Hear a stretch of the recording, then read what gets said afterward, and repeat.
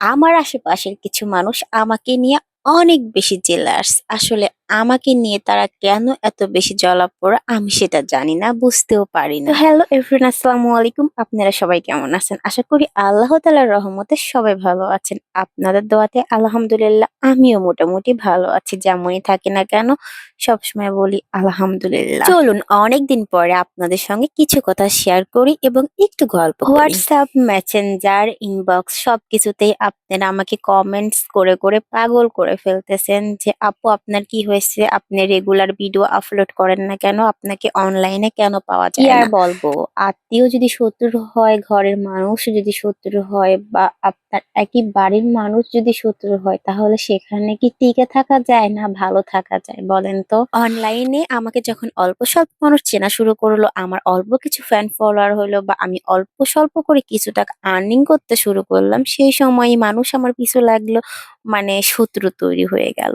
তো আমি কাউকে শত্রু মনে করি না, কিন্তু মানুষ আমার পিছু ছাড়ে না। মানুষ এমন ভাবে আমার ক্ষতি করার চেষ্টা করছে, মনে করছে আমি আর কোনোদিন উঠে দাঁড়াতে পারবো না, অনলাইনে কোনো ছবি পোস্ট বা কোনো ভিডিও আপলোড করতে পারবো না। কিন্তু আমি প্রতিদিন পারলে 50টা করে ছবি পোস্ট করতে পারি, কিন্তু আমারই ভালো লাগে না, কেন যেন আমারই আর অনলাইনে থাকতে ইচ্ছা করে না। এমনও তো না যে আমি অনলাইন থেকে লাখ লাখ টাকা ইনকাম করি, অনলাইনে না আসলে আমার পেটে ভাত যাবে না। আসলে বিষয়টা এমন না। প্রত্যেকটা মানুষের ইচ্ছা থাকে, প্রত্যেকটা মেয়ের ইচ্ছা থাকে যে নিজে কিছু করব, নিজে পায়ে দাঁড়াবো। ঠিক আমারও এমনটা ইচ্ছা ছিল। আমি সোশ্যাল মিডিয়াতে আসি আমার বিজনেস নিয়ে, কন্টেন্ট নিয়ে নয়। যাই হোক, আল্লাহ যা করে ভালোর জন্যই করে, এই কথাটা আমি সবসময় মনে প্রাণে বিশ্বাস করি। এবং আপনারা কিছু কিছু মানুষ আছেন আমাকে মেসেঞ্জারে অনেক বেশি ফোন করেন এবং ইনবক্স করেন, এবং দেখা যায় কমেন্টে গিয়ে লেখেন যে আপু আপনার ইমো নাম্বার দেন বা ফোন রিসিভ করেন।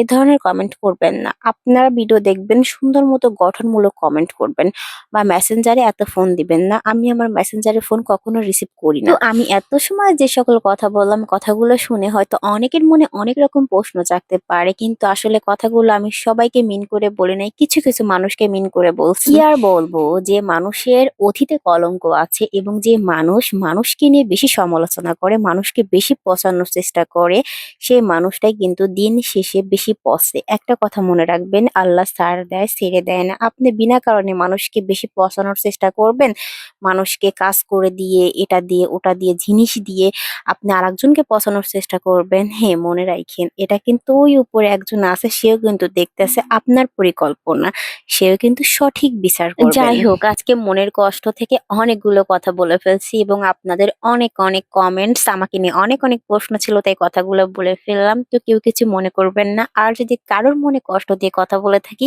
তাহলে অবশ্যই ক্ষমা করে দিবেন। যাই হোক, সবাই ভালো থাকবেন, সুস্থ থাকবেন। যদি ভালো থাকি তাহলে অবশ্যই নেক্সট কোনো একটা ভিডিওতে দেখা হবে আপনাদের সঙ্গে। আল্লাহ হাফেজ।